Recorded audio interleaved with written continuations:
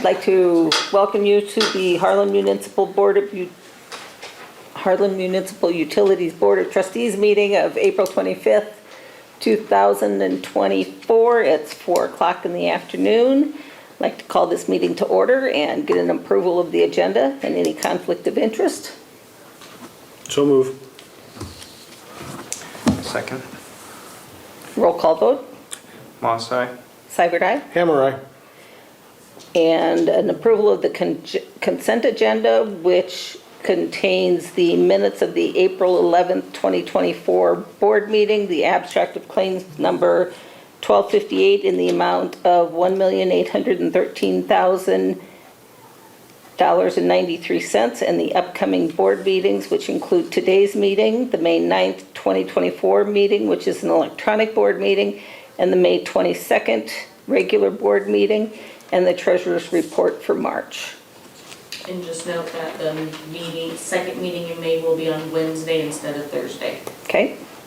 22nd is a Wednesday. Can I get a Move to approve. Second. roll call vote? Moss, aye. Seibert, aye. Hammer, aye. Okay, and item number 4 is accept the documents for the 2023-2024 overhead to underground conversion project as presented. A certificate of insurance, performance payment and warranty bond, and the notice to proceed. Yeah, we already approved the LFI as the contractor, and then they submitted their certificate of insurance, performance payments, and warranty bond. And we looked that over. We even checked with the insurance to make sure that certificate of insurance is okay with Brent. He had him add one thing as far as certificate of government immunity. They supplied that, so we're good with the certificate of insurance and the bonds themselves. So next thing would be is just approve that and then move ahead with signing the notice to proceed so that they can get started with their work. Okay, does anybody have any questions on that? If not, I'd entertain a motion. I'll move to accept those documents. Second. Roll call vote. Moss, aye. Seibert, aye. Hammer, aye. Okay, item number 5, Harlan Municipal Utilities Raw Water System Improvements, sections 1 through 4, payment application number 9, in the amount of $545,127.87. Just another ongoing progress payment to McCarthy Trenching for work completed to date on that water project. And everything's moving Yeah. right along on Yep, that? moving good. Good. Very good progress. Happy with their work. Okay, good. Does anybody have any questions on that? Any comments? No, we were fortunate to have an outstanding contractor doing the work, so things have been going very well. Okay, good. I'll entertain a motion. Motion to make the payment. Second. Roll call vote. Moss, aye. Seibert, aye. Hammer, aye. Okay.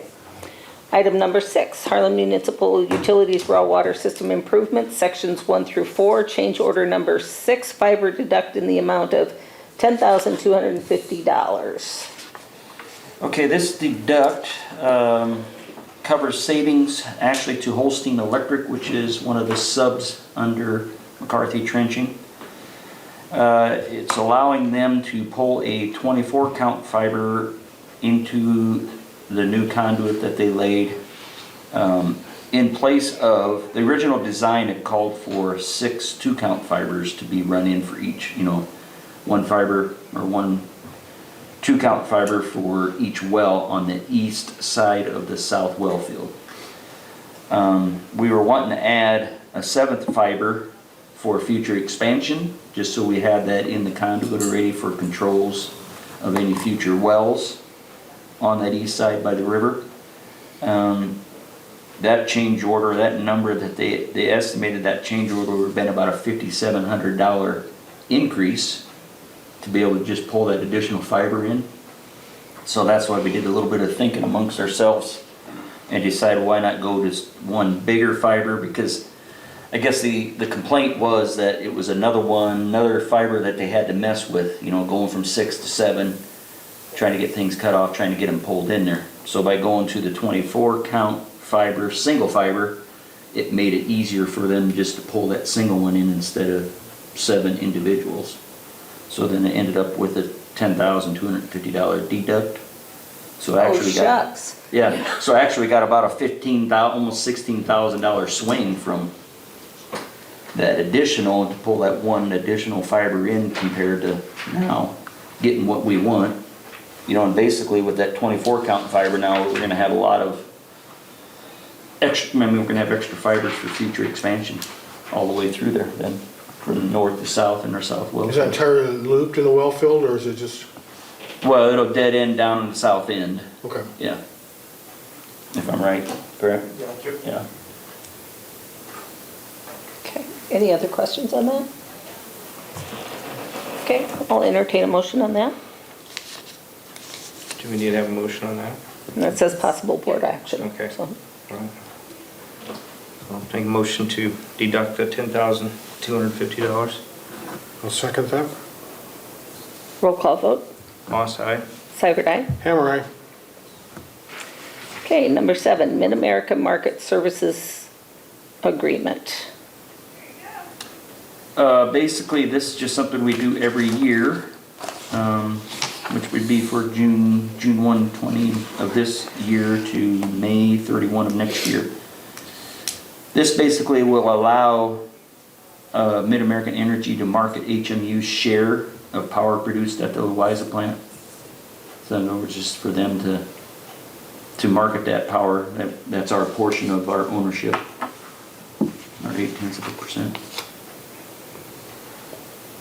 Okay, You pleased with services and what they do for us? Yeah, I mean, I wish they would run it more. But Have they been down quite a bit? yeah, I mean, I think just because of economy, you know, because the wind's prevalent, the solar's prevalent, so they're not gonna run the, you know, they're not gonna run the coal, or it's a little, you know, it's cheaper for the wind and the solar as compared to the coal, unless we get up to larger loads, then they'll run it, but, so that's kind of the issue right now. I mean, I wish they would run it more.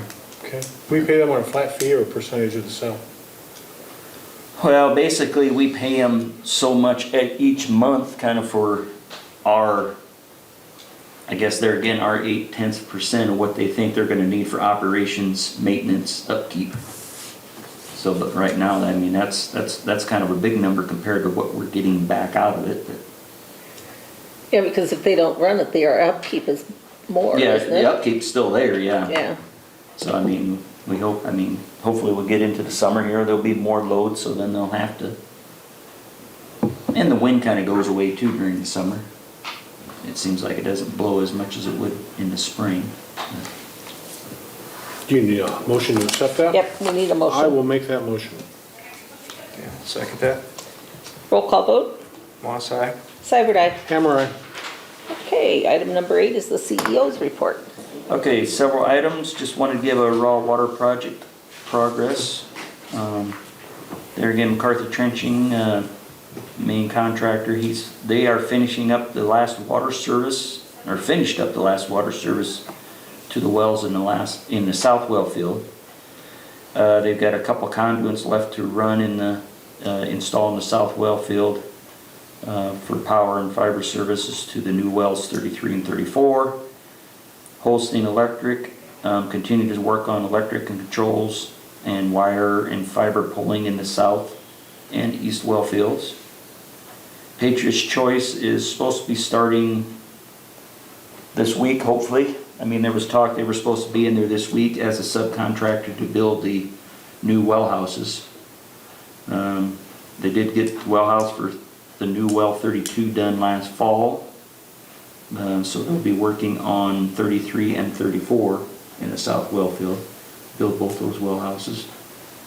And then McClure Engineering continues to work on our final design and DNR approval for the new deep well number 35 in our east well field.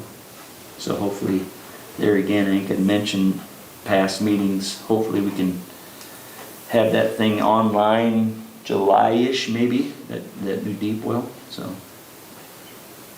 Next item on our 2024 overhead. Can I Oh, yeah. go back to that? When are we looking at a possible completion? I don't want to drop that date, I just want a guesstimate. This coming fall, Okay, yeah. I mean, I think our completion date was October, September, October. September 15th maybe is substantial, and final completion is in October. okay, But I guess I don't foresee, unless there's something really goes awry, that they're gonna not meet those dates, good, so. good. And we're ramping up as time goes on, are we? Correct, I mean, we've got actually 32, which does have the new well, 32. That's been tied in since last fall.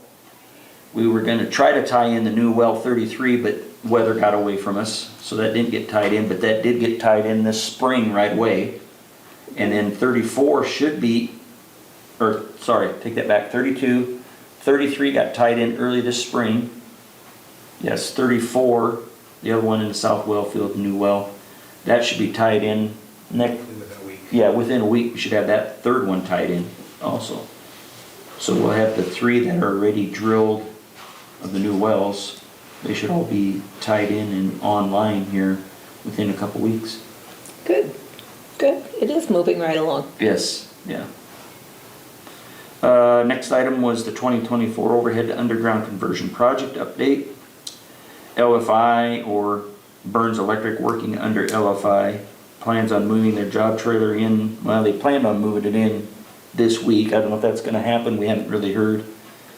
And then once they are on site, their plan is to start with removing some of the old poles, even from past conversion projects where we still had like MediaCom still on those poles. Now that all that telecommunications is off, those poles, they'll start working on pulling those and then installing street and security lights. So that's kind of their first phase. We have been HMU's been working with Al Powers, with P&E, in obtaining needed easements throughout our service area for that project. So we're trying to help them along getting those easements. Have to go out and get signatures where they're needed for this project. Next item, drafted and we talked about this in previous board meetings, about a real estate offer for a potential line swap with Shedner Seed Company along the south well field. Did get that real estate offer put together and delivered it. It was just a draft, and delivered it to the one of the Shedner Seed Company board members for them to review. We'll likely try to contact them yet this week or next week just to see if they got any questions, so we can keep that moving ahead. Because if you remember, we had the one, was that a change order we had, or just, oh, that was just an outright Test hole proposal. test hole proposal to drill a deep test hole on the west side of the river. And that's gonna happen the same time we are drilling the deep well, the new deep well 35 in the east well field. So if that happens about June, July, we're hoping to have at least this, everything worked out on this real estate offer with Shedner Seed before we go in there and drill that deep test hole on the west side of the river. So like I said, just have to get in touch with them and make sure they're okay with it, make any changes in that real estate offer that they might want, get it signed, and that way we got the green light to move ahead with that deep test hole. We did take it upon ourselves already to use GPS equipment that we're renting to go and locate the center of the river. We've got that done already, even though we're kind of ahead of them signing that real estate offer. But we wanted to get that completed prior to the trees getting leaves on them, because then that might affect our GPS signal that we would have. So we wanted to kind of get that taken care of before the leaves got on trees. So we got that portion done, which, as long as the green light on this real estate offer, will be that much further ahead. Trying to get something worked out on that land swap. Next item, Dylan Zorns passed his grade 1 drinking water distribution test. And David Swank passed his Module D final exam. He will complete his hands-on test for Module D, and then after that he can test for his journeyman license. Good. Next item, anniversaries. We have 2 for this month. Deb McLaughlin, 19 years, and Colburn Warner, 10 years. And I know we wanted to mention too, I'll let maybe Jenny kind of expand on it, but that billing issue we had this week. I know we sent you guys an email out about that, there was a billing issue. We just kind of wanted to update in case you don't follow our Facebook page. I know some of you do and some of you have shared it, so thank you for those of you that have. But we did also post that notice in the newspaper twice this week. We also asked KNOD to run it this week, in addition to Facebook, hoping to get people, notify them earlier rather than later. We had some customers ask why letters weren't sent out. Well, that's why we figured these 3 avenues would be the best. It would have cost us an additional $811 to mail out separate letters to everyone. They would have probably got the letter the same time they got their second bill. So we figured when people get that second bill, they're probably going to call us anyway and say, why did I get a second bill? I just got one a couple days ago. If people mail in that first bill and pay the wrong amount, the CSRs are going to individually call each customer back and tell them what happened. They will have the option to pay the difference, or it could just roll over to the next month and we're going to waive those fees because it's nothing that was their fault. So we just kind of wanted to let everybody know, anybody that's watching, that that's what the plan is. That's why letters weren't sent out. People make mistakes. And I think that's all that we have. Okay, is there anything else? I have one. Yes. I attended the IAMU Broadband Conference earlier this month. I've always been a big supporter of what IAMU does for us and all of our different services. It's very nice to see the representation for Harlan Municipal Utilities there. I strongly encourage board management, everybody, employees to attend these. There's always technical training, there's always other things that go on. So, big supporter of IAMU. I thought it was a really good conference. Saw a lot of people I hadn't seen for a while, so that was nice to kind of catch up. A lot of stuff coming down the pipe, not only from a technology standpoint, but again, strategic planning and things like that we all need to be aware of. So take advantage of the training and everything that goes along with IAMU, please. Mm-hmm. Yeah. Everything's been good that I've gone to on that also. Yeah, it was a good conference. It's always nice to see what's coming. And then the day before was the C-Band, and Gigi Summon, I don't know if you're familiar with her. I've read some of the emails. Yeah, she had a very FCC board. controversial appointment to the FCC board, and after 16 months, she just dropped it. But she was very informative as to some of the strategic things that are coming from a national standpoint. A lot of updates on grants and other money that's available. You can see some of the build-outs have been going on in Western Iowa. Of course, none of that affects us directly, HMU directly, but it does affect the competition, it does affect the market, it does affect pricing, contractors, and everything else to know that stuff's going on. So, again, highly encourage everybody to take advantage of that. Anything else? If not, I think we are adjourned.